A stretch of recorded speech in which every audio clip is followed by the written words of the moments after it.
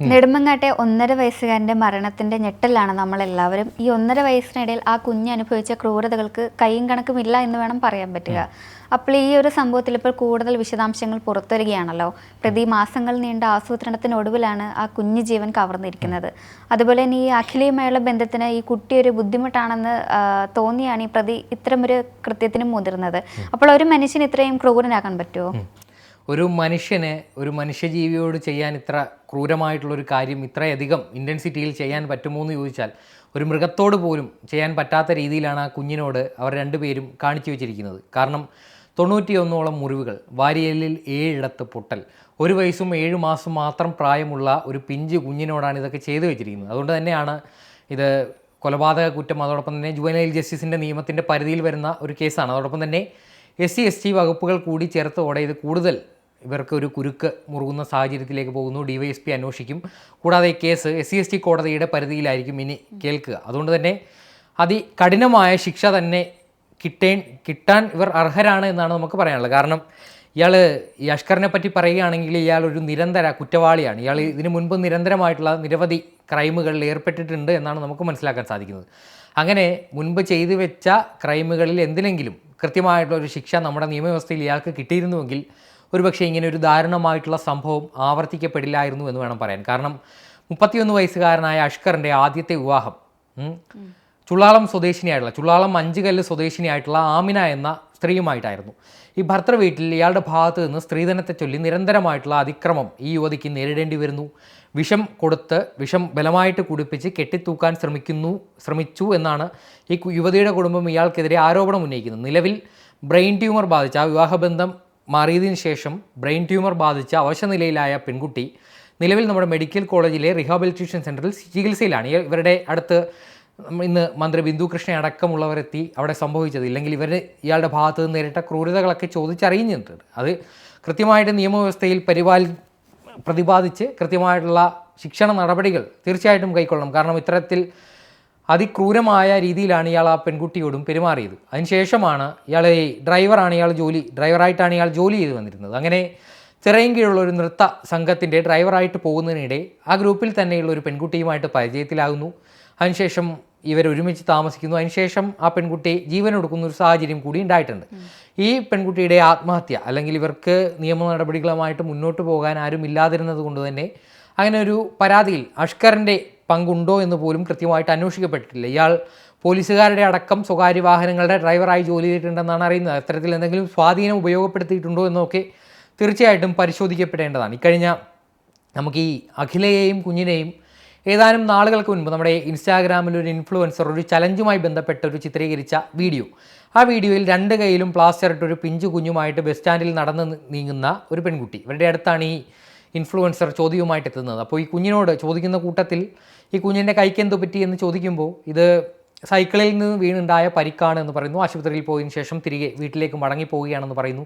പക്ഷേ കുഞ്ഞിൻ്റെ മുഖത്തുണ്ടായിരുന്ന ഒരു സങ്കടം, അത് ഇപ്പോഴാണ് എത്രമാത്രം ആ കുഞ്ഞ് ആ വീട്ടിൽ ഈ 2 മനുഷ്യ പിശാചുകളുടെ നടുവിൽ കിടന്ന് അനുഭവിച്ചത് എന്ന് ഓർക്കുമ്പോൾ അത് കണ്ട എല്ലാവർക്കും ഒരു ഖേദം, മനസ്താപമൊക്കെ തോന്നിയേക്കാം. അങ്ങനെ ഈ കുഞ്ഞിനെ ജനിച്ച കാലം മുതൽ ഇന്ന് വരെ അതിക്രൂരമായ അതിക്രമങ്ങൾക്കാണ് രണ്ടാനച്ഛനും ഈ അമ്മയായ അഖിലയും ചേർന്ന് ആ വീട്ടിൽ വഴിയൊരുക്കി വെച്ചത്.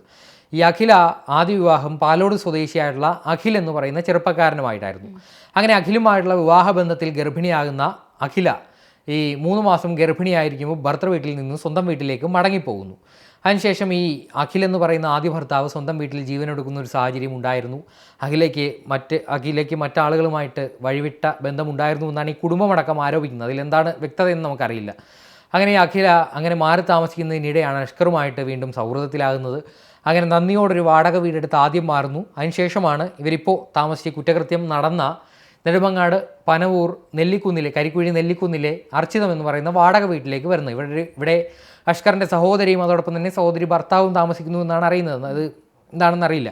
അപ്പോൾ അവിടെ ഇക്കഴിഞ്ഞ വെള്ളിയാഴ്ച, ഇതിനു മുൻപ് ആ കുഞ്ഞ് ജനിച്ചത് മുതൽ ഇന്ന് വരെ ക്രൂരമായ മർദ്ദന മുറകളാണ് ഈ അഷ്കറിൻ്റെ ഭാഗത്ത് നിന്നുണ്ടായത് എന്നാണ് പറയപ്പെടുന്നത്. ഈ കുഞ്ഞിനെ ഈ വീടിൻ്റെ ടെറസിൽ നിന്ന് തള്ളിയിടാനൊക്കെ ശ്രമിച്ചു എന്നൊക്കെ നാട്ടുകാർ പറയുന്നുണ്ട്. അതോടൊപ്പം തന്നെ കൈ ഉപയോഗിച്ച് മർദ്ദിക്കുന്നു, തള്ളിയിടുന്നു, തല പിടിച്ച് ഭിത്തിയിലടിക്കുന്നു. ഇപ്പോൾ തന്നെ മരണത്തിന് കാരണമായത് തല പിടിച്ച് ഭിത്തിയിലിടിച്ചപ്പോൾ അല്ലെങ്കിൽ നെഞ്ചിൽ ചവിട്ടിയപ്പോഴുണ്ടായ ആന്തരിക രക്തസ്രാവവും അതോടൊപ്പം തന്നെ നീർക്കെട്ടും ഒക്കെയാണ് ഈ കുഞ്ഞിൻ്റെ മരണകാരണമെന്നാണ് പറയുന്നത്. ഈ കഴിഞ്ഞ വെള്ളിയാഴ്ച ഈ പനവൂരിലെ നെല്ലിക്കുന്നിലെ വീട്ടിൽ ഈ അഖില നാഗർകോവിലൊരു നൃത്ത പരിപാടിക്ക്, ഇവർ നർത്തകയാണ്, അപ്പോൾ നാഗർകോവിലൊരു നൃത്ത പരിപാടിക്ക് പോയി എന്നാണ് പറയപ്പെടുന്നത്. അങ്ങനെ ഈ വീട്ടിൽ തനിച്ചാകുന്ന അഷ്കർ ഈ കുഞ്ഞിനെ ചോറ് കൊടുക്കുന്നതിനിടെ കഴിക്കാൻ കൂട്ടാക്കുന്നില്ല. അങ്ങനെ ഇയാൾ നിരന്തരം ഈ കുഞ്ഞിനെ മർദ്ദിക്കുന്നു. മർദ്ദനത്തിനൊടുവിൽ ഈ കുഞ്ഞ് അബോധാവസ്ഥയിലേക്ക് പോകുമ്പോഴും ഈ നാട്ടുകാർ ഈ കുഞ്ഞ് ഛർദ്ദിക്കുന്ന ഒച്ച കേട്ട് വീട്ടിലേക്ക് വന്നു നോക്കുമ്പോൾ ഇയാൾ ഈ ബോധമറ്റ് കിടക്കുന്ന കുഞ്ഞിന് ചോറ് വാരി കൊടുക്കാനാണ് ശ്രമിക്കുന്നത്. കാരണം ഈ കുഞ്ഞ് ചോറ് കഴിച്ച് അല്ലെങ്കിൽ ഭക്ഷണം തൊണ്ടയിൽ കുടുങ്ങി അബോധാവസ്ഥയിലായതാണ് എന്ന രീതിയിൽ നാട്ടുകാരെ തെറ്റിദ്ധരിപ്പിക്കാൻ ബോധപൂർവമായ ഒരു ശ്രമം, ഒരു ക്രിമിനൽ ബുദ്ധി ഇയാൾ ഉപയോഗിച്ചിട്ടുണ്ട് എന്ന് വേണം മനസ്സിലാക്കാൻ. അങ്ങനെ ഇയാൾ ഇവിടെ നിന്ന് അടുത്തുള്ള ഒരു സ്വകാര്യ ആശുപത്രിയിലേക്ക് കുഞ്ഞുമായിട്ട് പോകുന്നു. അവിടെ ചെന്നപ്പോൾ തന്നെ ഏകദേശം മരണം സംഭവിച്ചു എന്നാണ് അറിയുന്നത്. അതിനുശേഷം SIT ആശുപത്രിയിലേക്ക് കൊണ്ടുപോകുമ്പോൾ അവിടെ വെച്ച് ഡോക്ടർമാർ മരണം സ്ഥിരീകരിക്കുന്നു. അവിടെയാണ് ഈ ഡോക്ടർമാർക്ക് ഈ ശരീരത്തിൽ ആസകലമുണ്ടായിരുന്ന മുറിവുകൾ ശ്രദ്ധയിൽപ്പെടുന്നത്. ഏകദേശം 91 മുറിവുകൾ, വാരിയെല്ലുകളിൽ 7 ഇടത്ത് പൊട്ടൽ. അങ്ങനെയാണ് ഇത് സാധാരണ മരണമല്ല, ഇതിനകത്ത് ദുരൂഹതയുണ്ട് എന്ന് കണ്ടെത്തി അവർ പോസ്റ്റ്മോർട്ടം ചെയ്യുന്നതും തുടർന്ന് ഇയാളുടെ അറസ്റ്റിലേക്ക് എത്തുന്നതും. നിലവിൽ ഇയാളുടെ പേരിൽ എടുത്തിരിക്കുന്നത് കൊലപാതക കുറ്റം, ജുവനൈൽ ജസ്റ്റിസ് നിയമങ്ങളുടെ അടിസ്ഥാനത്തിലാണ് കൊലപാതക കുറ്റമാണ്. അതോടൊപ്പം തന്നെ ഈ അഖിലയും അതുപോലെ തന്നെ അഖിലയുടെ മുൻ ഭർത്താവായിട്ടുള്ള അഖിൽ, ഇവരിരുവരും SC/ST കാറ്റഗറിയിൽപ്പെടുന്ന ആളുകളാണ്. അതുകൊണ്ട് തന്നെയാണ് ഇവരുടെ ജാതി സർട്ടിഫിക്കറ്റ് വേണ്ടി അന്വേഷണ സംഘം തഹസീൽദാരെ ബന്ധപ്പെട്ടിട്ടുണ്ട്. അപ്പോൾ ഇവിടെ നിന്ന് ജാതി സർട്ടിഫിക്കറ്റ് ശേഖരിക്കുന്ന മുറയ്ക്ക് SC/ST വകുപ്പുകൾ കൂടി ഉൾപ്പെടുത്തി കൂടുതൽ ഗുരുതരമായ ഒരു കുറ്റകൃത്യമായിട്ട് അവർക്ക് കൃത്യമായുള്ള ശിക്ഷ ലഭിക്കുന്ന രീതിയിലേക്ക് മുന്നോട്ട് കൊണ്ടുപോകാൻ സാധിക്കും. ഈ അഖിലയുടെ ഈ 3 മാസം ഗർഭിണിയായ കുഞ്ഞുമായിട്ട് അഖില 3 മാസം ഗർഭിണിയായിരിക്കുന്നു. അതിനുശേഷമാണ് അഷ്കറുമായിട്ട് താമസിക്കാനെത്തുന്നത്. അങ്ങനെയാണ് ഈ അഖിൽ എന്നായിരുന്നു ആ കുഞ്ഞിൻ്റെ പേര്. ആ കുഞ്ഞിൻ്റെ പേര് പിന്നീട് ഇയാളുടെ താല്പര്യപ്രകാരമാണ് അർഷിദ് എന്ന് മാറ്റുന്നത്.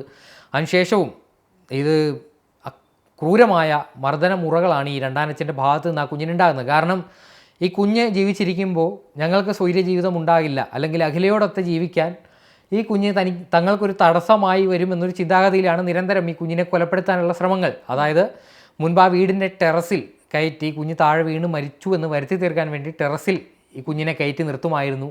അങ്ങനെ പ്രദേശവാസികൾ ശ്രദ്ധിച്ചപ്പോഴാണ് ഇയാൾ താഴ്ത്തിറക്കിയത് എന്നൊക്കെ പറയുന്നുണ്ട്. അപ്പോൾ ഇയാൾ മുൻപ് ആസൂത്രണം ചെയ്ത് നടപ്പാക്കാൻ ഉറച്ച ഒരു കൊലപാതകമായിരുന്നു. ഒരുപക്ഷെ ഈ അഖില ഇയാളുടെ കെണിയിൽ വീണുപോയി.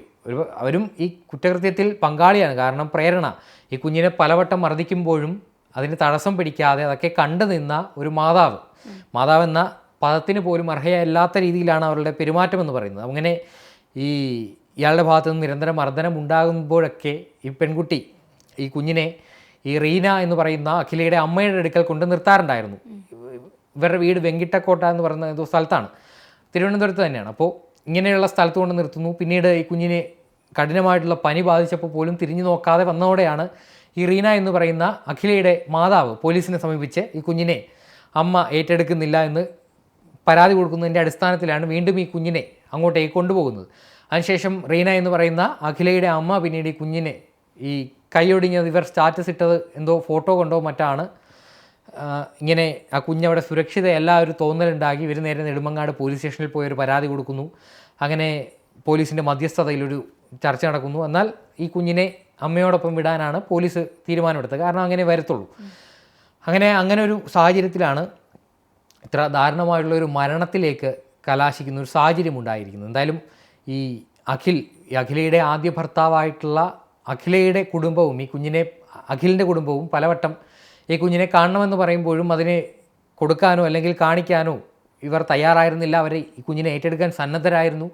പക്ഷേ എന്നിട്ടൊന്നും ഈ നോക്കാൻ തയ്യാറായിട്ടുള്ള കുടുംബാംഗങ്ങൾ ഉണ്ടെന്നിരിക്കെ അവർക്കൊന്നും കൊടുക്കാതെ ക്രൂരമായൊരു മരണത്തിലേക്ക് ആ പിഞ്ചു കുഞ്ഞിനെ തള്ളിവിട്ട ഈ രണ്ടുപേരും ഒരിക്കലും ഒരു ദയവർഹിക്കാത്ത കുറ്റകൃത്യമാണ് ചെയ്തു വെച്ചിരിക്കുന്നത്. ഇവർക്ക് വളർത്താൻ താല്പര്യമില്ല, തങ്ങളുടെ സ്വൈര്യ ജീവിതത്തിന് ഈ കുഞ്ഞൊരു തടസ്സമാകുമെന്നൊരു തോന്നലുണ്ടെങ്കിൽ തീർച്ചയായിട്ടും അമ്മത്തൊട്ടിൽ പോലുള്ള സംവിധാനങ്ങളുണ്ട്.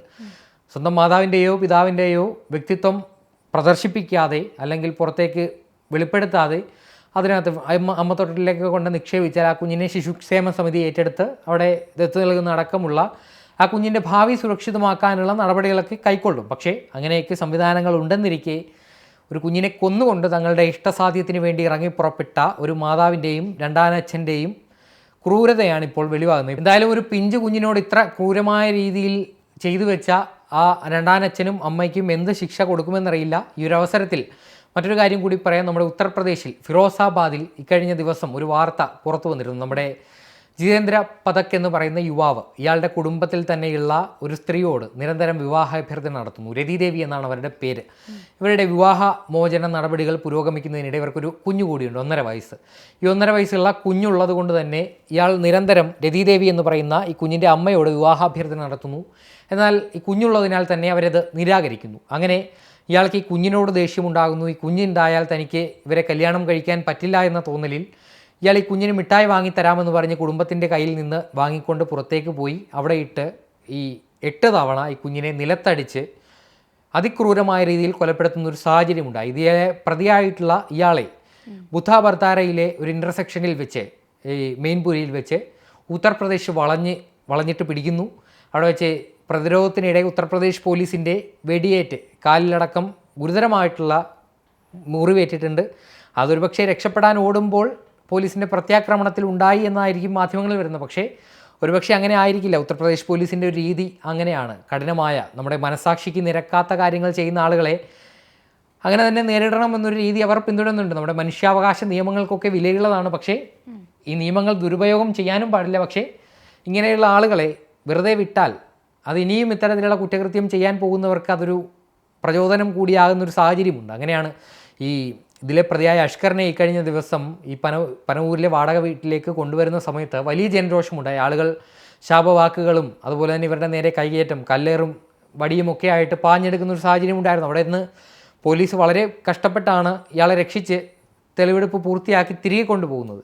അങ്ങനെ ഇയാളുടെ വീടിൻ്റെ വാതിക്കൽ കിടന്ന കാറടക്കം തല്ലി തകർക്കുന്ന സാഹചര്യം ഉണ്ടായിട്ടുണ്ട്. കാരണം അത്ര ക്രൂരതയാണ് ഇയാളെ കുഞ്ഞിനോട് ചെയ്തു വെച്ചിരിക്കുന്നത്. ഒരു പക്ഷേ ഒരു മനസാക്ഷിക്ക് നിരക്കാത്ത രീതിയിലുള്ള ക്രൈമാണ്. ഇവർക്ക് എന്തായാലും കൃത്യമായുള്ള ശിക്ഷ കിട്ടട്ടെ. എന്തായാലും 14 ദിവസത്തേക്ക് ഞായറാഴ്ച ഇവരെ റിമാൻഡ് ചെയ്തിട്ടുണ്ട്. DYSP ആയിരിക്കും ഇനി ഈ കേസ് അന്വേഷിക്കുക. അതോടൊപ്പം തന്നെ SC ST കോടതിയിലാണ് ഈ കേസിൻ്റെ നടപടികളൊക്കെ പുരോഗമിക്കുക.